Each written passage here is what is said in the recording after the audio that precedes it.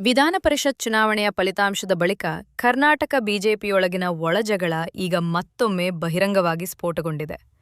ಒಂದು ಕಡೆ ಬಸನಗೌಡ ಪಾಟೀಲ್ ಯತ್ನಾಳ್ ಅವರನ್ನು ಮತ್ತೆ ಪಕ್ಷಕ್ಕೆ ಕರೆತರಬೇಕು ಎಂಬ ಒತ್ತಾಯ ಕೇಳಿಬರುತ್ತಿದ್ದರೆ, ಮತ್ತೊಂದು ಕಡೆ ರಾಜ್ಯಾಧ್ಯಕ್ಷ ಬಿವೈ ವಿಜಯೇಂದ್ರ ಹಾಗೂ ವಿಪಕ್ಷ ನಾಯಕ ಆರ್ ಅಶೋಕ್ ಅವರ ನಾಯಕತ್ವದ ವಿರುದ್ಧವೇ ಪಕ್ಷದೊಳಗಿನಿಂದ ತೀವ್ರ ಅಸಮಾಧಾನ ಹೊರಬಿದ್ದಿದೆ. ಈ ಬೆಳವಣಿಗೆಗಳು ರಾಜ್ಯ ಬಿಜೆಪಿಯಲ್ಲಿ ದೊಡ್ಡ ಮಟ್ಟದ ಬದಲಾವಣೆಯ ಚರ್ಚೆಗೆ ಕಾರಣವಾಗಿವೆ.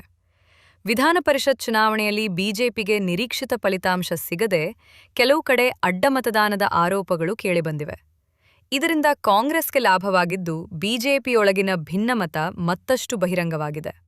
ಈ ಹಿನ್ನೆಲೆ ಮಾಜಿ ಸಚಿವ ಕುಮಾರ್ ಬಂಗಾರಪ್ಪ ಅವರು ವಿಡಿಯೋ ಹೇಳಿಕೆ ಬಿಡುಗಡೆ ಮಾಡಿ ರಾಜ್ಯ ಬಿಜೆಪಿ ನಾಯಕತ್ವದ ವಿರುದ್ಧವೇ ಅಸಮಾಧಾನ ವ್ಯಕ್ತಪಡಿಸಿದ್ದಾರೆ. ಉಚ್ಚಾಟನೆಗೊಂಡಿದ್ದರೂ ಕೂಡ ಬಸನಗೌಡ ಪಾಟೀಲ್ ಯತ್ನಾಳ್ ಅವರು ಬಿಜೆಪಿ ಅಭ್ಯರ್ಥಿಗಳ ಪರ ಮತದಾನ ಮಾಡಿದ್ದಾರೆ. ಇದನ್ನೇ ಆಧಾರವಾಗಿಟ್ಟುಕೊಂಡು ಕುಮಾರ್ ಬಂಗಾರಪ್ಪ ಯತ್ನಾಳ್ ಅವರ ನಿಷ್ಠೆಯನ್ನು ಬಿಜೆಪಿ ಹೈಕಮಾಂಡ್ ಗಮನಿಸಬೇಕು ಎಂದು ಹೇಳಿದ್ದಾರೆ. ಪಕ್ಷದಿಂದ ಹೊರಗಿದ್ದರೂ ಪಕ್ಷದ ಪರವಾಗಿ ನಿಂತಿರುವ ಯತ್ನಾಳ್ ಅವರ ತಪ್ಪನ್ನು ಮನ್ನಿಸಿ ಮತ್ತೆ ಬಿಜೆಪಿಗೆ ಕರೆತರಬೇಕು. ಅಷ್ಟೇ ಅಲ್ಲ, ಅವರನ್ನು ವಿಪಕ್ಷ ನಾಯಕನನ್ನಾಗಿ ಪರಿಗಣಿಸಬೇಕು ಎಂದು ಅವರು ಒತ್ತಾಯಿಸಿದ್ದಾರೆ.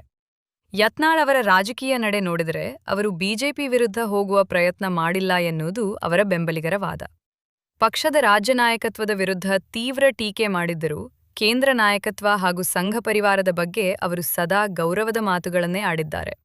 ಪಕ್ಷದಿಂದ ದೂರವಾಗಿದ್ದರೂ ಬಿಜೆಪಿ ಅಭ್ಯರ್ಥಿಗಳಿಗೆ ಬೆಂಬಲ ನೀಡಿರುವುದು ಅವರ ರಾಜಕೀಯ ದಿಕ್ಕು ಇನ್ನೂ ಬಿಜೆಪಿಯತ್ತಲೇ ಇದೆ ಎಂಬ ಸಂದೇಶ ನೀಡಿದೆ. ಹೀಗಾಗಿ ಮುಂದಿನ ದಿನಗಳಲ್ಲಿ ಬಿಜೆಪಿ ಹೈಕಮಾಂಡ್ ಮಧ್ಯಪ್ರವೇಶ ಮಾಡಿದರೆ ಯತ್ನಾಳ್ ಮತ್ತೆ ಪಕ್ಷಕ್ಕೆ ಮರಳುವ ಸಾಧ್ಯತೆಯನ್ನು ರಾಜಕೀಯ ವಲಯ ಗಂಭೀರವಾಗಿ ಚರ್ಚಿಸುತ್ತಿದೆ. ವಿಶೇಷವಾಗಿ ಉತ್ತರ ಕರ್ನಾಟಕದಲ್ಲಿ ಅವರಿಗಿರುವ ಪ್ರಭಾವ, ಲಿಂಗಾಯತ ಸಮುದಾಯದ ಮೇಲೆ ಇರುವ ಹಿಡಿತ ಹಾಗೂ ಕಾರ್ಯಕರ್ತರ ಬೆಂಬಲವನ್ನು ಗಮನಿಸಿದರೆ 2028ರ ವಿಧಾನಸಭೆ ಚುನಾವಣೆಗೆ ಮುನ್ನ ಅವರನ್ನು ಮತ್ತೆ ಪಕ್ಷಕ್ಕೆ ಸೇರಿಸಿಕೊಳ್ಳುವ ಸಾಧ್ಯತೆಯನ್ನು ಸಂಪೂರ್ಣವಾಗಿ ತಳ್ಳಿಹಾಕಲಾಗುವುದಿಲ್ಲ. ಆದರೆ ರಾಜ್ಯ ನಾಯಕತ್ವ ಮತ್ತು ಯತ್ನಾಳ್ ನಡುವಿನ ಭಿನ್ನಾಭಿಪ್ರಾಯಗಳು ಇನ್ನೂ ಸಂಪೂರ್ಣವಾಗಿ ಕಡಿಮೆಯಾಗಿಲ್ಲ ಎಂಬುದು ಸತ್ಯ. ಇದರ ನಡುವೆ ಬಿಜೆಪಿ ಮುಖಂಡ ಹಾಗೂ ವಕೀಲ ದೇವರಾಜೇಗೌಡ ಅವರು ರಾಜ್ಯಾಧ್ಯಕ್ಷ ವಿಜಯೇಂದ್ರ ಹಾಗೂ ಪ್ರಧಾನ ಕಾರ್ಯದರ್ಶಿ ಪ್ರೀತಂ ಗೌಡ ವಿರುದ್ಧ ತೀವ್ರ ವಾಗ್ದಾಳಿ ನಡೆಸಿದ್ದಾರೆ. ಪರಿಷತ್ ಚುನಾವಣೆಯಲ್ಲಿ ಅಭ್ಯರ್ಥಿಗಳ ಆಯ್ಕೆ, ಶಾಸಕರ ಜೊತೆ ಸಮನ್ವಯ ಹಾಗೂ ಭಿನ್ನಮತೀಯರ ಜೊತೆ ಮಾತುಕತೆ ನಡೆಸುವಲ್ಲಿ ರಾಜ್ಯ ನಾಯಕತ್ವ ಸಂಪೂರ್ಣ ವಿಫಲವಾಗಿದೆ ಎಂದು ಅವರು ಆರೋಪಿಸಿದ್ದಾರೆ. ಪಕ್ಷದ ಚಿಹ್ನೆಯ ಮೇಲೆ ಗೆದ್ದಿರುವ ಎಲ್ಲ ಶಾಸಕ ಸಂಪರ್ಕಿಸುವ ಜವಾಬ್ದಾರಿ ರಾಜ್ಯಾಧ್ಯಕ್ಷರದ್ದು.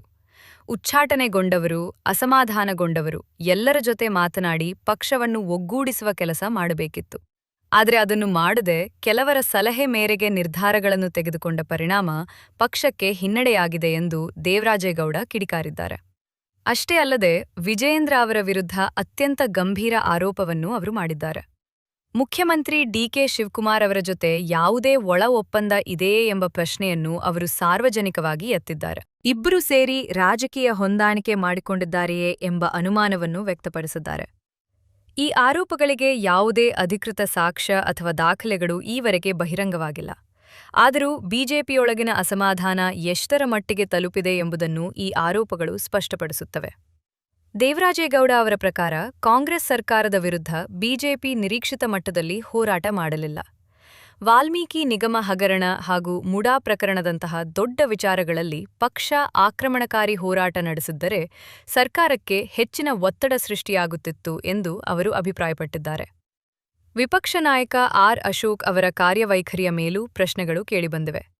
ಶಾಸಕರನ್ನು ಒಗ್ಗೂಡಿಸುವಲ್ಲಿ ಹಾಗೂ ಕಾರ್ಯಕರ್ತರ ಅಸಮಾಧಾನವನ್ನು ನಿವಾರಿಸುವಲ್ಲಿ ವಿಫಲರಾಗಿದ್ದಾರೆ ಎಂಬ ಟೀಕೆಗಳು ಕೇಳಿಬರುತ್ತಿವೆ. ಪರಿಷತ್ ಚುನಾವಣೆಯಲ್ಲಿ ಕೆಲವು ಬಿಜೆಪಿ ಶಾಸಕರ ಅಡ್ಡಮತದಾನದ ಬಗ್ಗೆ ತನಿಖೆ ನಡೆದರೆ ಇನ್ನಷ್ಟು ಸತ್ಯಗಳು ಹೊರಬರಬಹುದು ಎಂಬ ಮಾತನ್ನು ದೇವರಾಜೇಗೌಡ ಹೇಳಿದ್ದಾರೆ. ಹಾಸನ ರಾಜಕೀಯದ ಕುರಿತು ಅವರು ಗಂಭೀರ ಆರೋಪಗಳನ್ನು ಮಾಡಿದ್ದಾರೆ.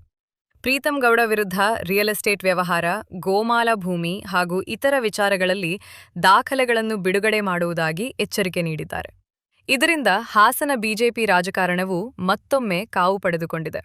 ಒಟ್ಟಾರೆ ಪರಿಷತ್ ಚುನಾವಣೆಯ ಸೋಲು ಕೇವಲ ಒಂದು ಚುನಾವಣಾ ಹಿನ್ನಡೆಯಾಗಿ ಉಳಿಯದೆ ರಾಜ್ಯ ಬಿಜೆಪಿಯೊಳಗಿನ ಅಸಮಾಧಾನ, ನಾಯಕತ್ವದ ವಿರುದ್ಧದ ಆಕ್ರೋಶ, ಯತ್ನಾಳ್ ಬೆಂಬಲಿಗರ ಒತ್ತಡ ಹಾಗೂ ಸಂಘಟನಾ ವೈಫಲ್ಯದ ಪ್ರಶ್ನೆಗಳನ್ನು ಮತ್ತೆ ಮುನ್ನೆಲೆಗೆ ತಂದಿದೆ. ಒಂದು ಕಡೆ ಯತ್ನಾಳ್ ಅವರನ್ನ ಮತ್ತೆ ಕರೆತರುವ ಬೇಡಿಕೆ ಜೋರಾಗುತ್ತಿದ್ದರೆ, ಮತ್ತೊಂದು ಕಡೆ ವಿಜಯೇಂದ್ರ ಹಾಗೂ ಆರ್ ಅಶೋಕ್ ನಾಯಕತ್ವದ ವಿರುದ್ಧವೇ ಪಕ್ಷದೊಳಗಿನಿಂದ ಧ್ವನಿ ಎದ್ದಿದೆ. ಮುಂದಿನ ದಿನಗಳಲ್ಲಿ ಬಿಜೆಪಿ ಹೈಕಮಾಂಡ್ ಕರ್ನಾಟಕದ ಬೆಳವಣಿಗೆಗಳತ್ತ ಗಮನಹರಿಸಿ ರಾಜ್ಯ ನಾಯಕತ್ವದಲ್ಲಿ ಬದಲಾವಣೆ ಮಾಡುತ್ತದೆಯೇ, ಯತ್ನಾಳ್ ಅವರನ್ನು ಮತ್ತೆ ಪಕ್ಷಕ್ಕೆ ಸೇರಿಸಿಕೊಳ್ಳುತ್ತದೆಯೇ, ಅಥವಾ ಈಗಿನ ನಾಯಕತ್ವಕ್ಕೆ ಮತ್ತೊಂದು ಅವಕಾಶ ನೀಡುತ್ತದೆಯೇ ಎಂಬುದು ರಾಜ್ಯ ರಾಜಕೀಯದಲ್ಲಿ ಕುತೂಹಲ ಮೂಡಿಸಿದೆ.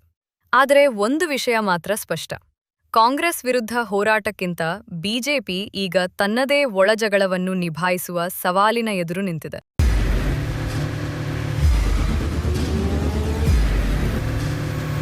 ಪ್ರಜಾಮಾರ್ಗ ನ್ಯೂಸ್, ಇದು ಜನಸಾಮಾನ್ಯರ ಧ್ವನಿ.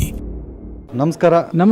ನೀವು ನೋಡ್ತಾ ಇದ್ದೀರಾ ಪ್ರಜಾಮಾರ್ಗ ನ್ಯೂಸ್. ರಾಷ್ಟ್ರದ ರಾಜ್ಯದ ರಾಜಕೀಯದ ಬಗ್ಗೆ ಹೆಚ್ಚಿನ ಸಿನಿಮಾ ಅಪ್ಡೇಟ್ಗಳಿಗಾಗಿ ಫಸ್ಟ್ ಲೈಕ್ ಮಾಡಿ, ಸಬ್ಸ್ಕ್ರೈಬ್ ಆಗಿ, ಹಾಗೆ ಫಾಲೋ ಕೂಡ ಮಾಡಬೇಕು.